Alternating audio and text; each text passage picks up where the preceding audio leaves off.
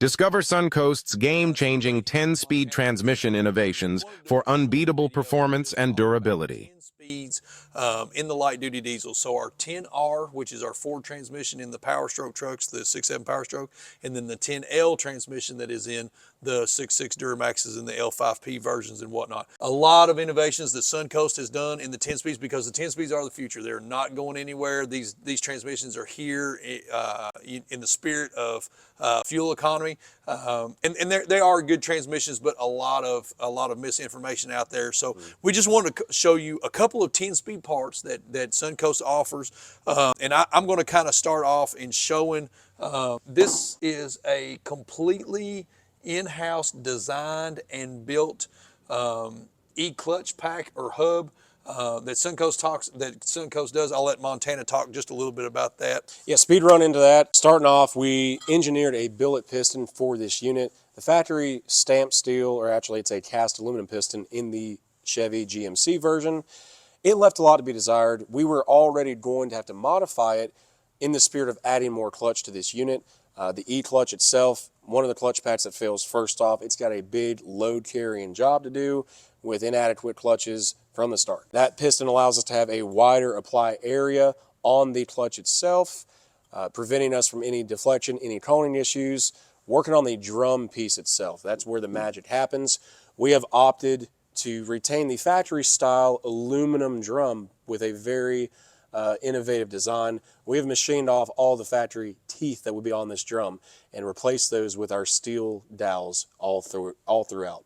One of the biggest issues with that E-drum, besides the clutch capacity, the factory steel would dig into the aluminum, and we buy a diesel to go as many miles as we can out of it, get the life out of it, and that whenever you have a steel component riding on an aluminum component, it wears at a much quicker rate, especially if our hardness is not similar between the two. This fixes that issue. What we're also doing between the billet piston and our machine work, we're going from a 5 clutch stack up all the way up to a 7 clutch stack up without sacrificing our heat sink. We're keeping factory thick steels, factory thick clutches within that to help dissipate that heat as well as add clutch capacity to it. Yeah, and no sacrifice in drivability with those. That's one thing that we talked about.